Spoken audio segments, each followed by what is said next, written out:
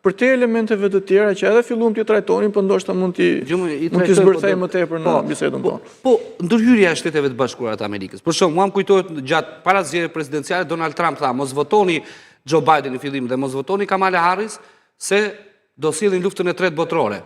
Pse kjo lëvizje Trumpit tani?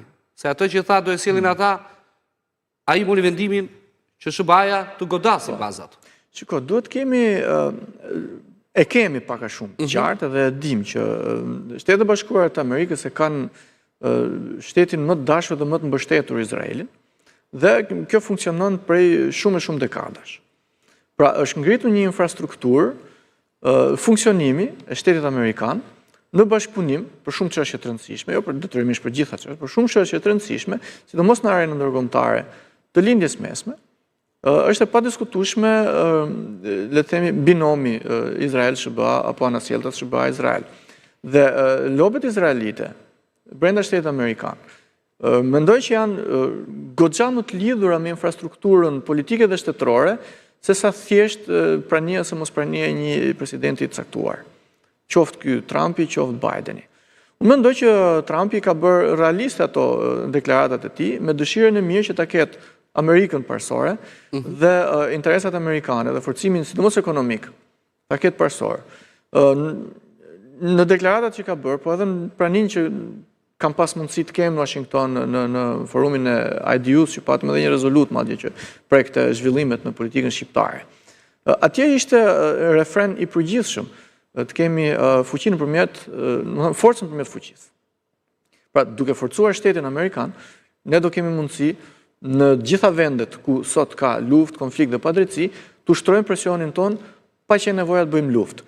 Kjo është retorika para zgjedhore dhe pas zgjedhore e Trumpit dhe e grupit të tij politik. Por, në momentin që Izraeli është në një pozitë që është,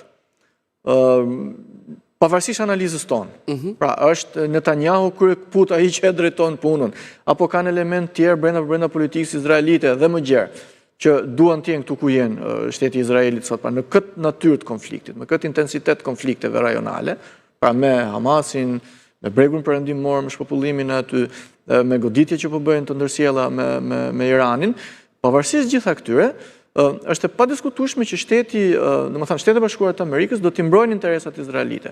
Momentin që ato njihen më vulnerabël, me sa duket Trumpi ka gjykuar të arsyeshme si president, me sa duket po themi prap, ka pas edhe ndikimin edhe të administratës shtetërore. Entar ishte administrata njerëzit e afërt të Trumpit, nuk është se ishin shtetërore. Sepse administrata shtetërore është ajo që i tekalon presidentët, është ajo burokracia që ai e ka dhe shprehur. Pra, unë jam president, po i keni parasysh këto që janë burokratët e shtetit? Këto janë serioz, rrugëshëm ato kostume, nuk qeshin, pra vazhdojnë linjën e Shtetit Amerikan, për cilën nuk po pretendoj absolutisht që Trumpi ka dalë jashtë linjës Shtetit Amerikan. Por, jo në çdo detaj presidenti ka, le të themi, lëshmërinë 100% veprimit, sepse sistemi burokratik vazhdon. Dhe në sistemin burokratik Shtetit Amerikan, në mentalitetin e Shtetit Amerikan, mentalitetin e shoqërisë amerikane, qoftë kjo e majtë apo e djathtë, sidomos e djathtë, shteti i Izraelit është një shtet që në mënyrë të panegociueshme do të mbështetet. Edhe besoj që kanë qenë pastaj lobimet dhe zhvillimet rajonale, të cilat e kanë bërë, le të themi, të mundur që Trumpit bëj atë ndërhyrje ushtarake që bëri.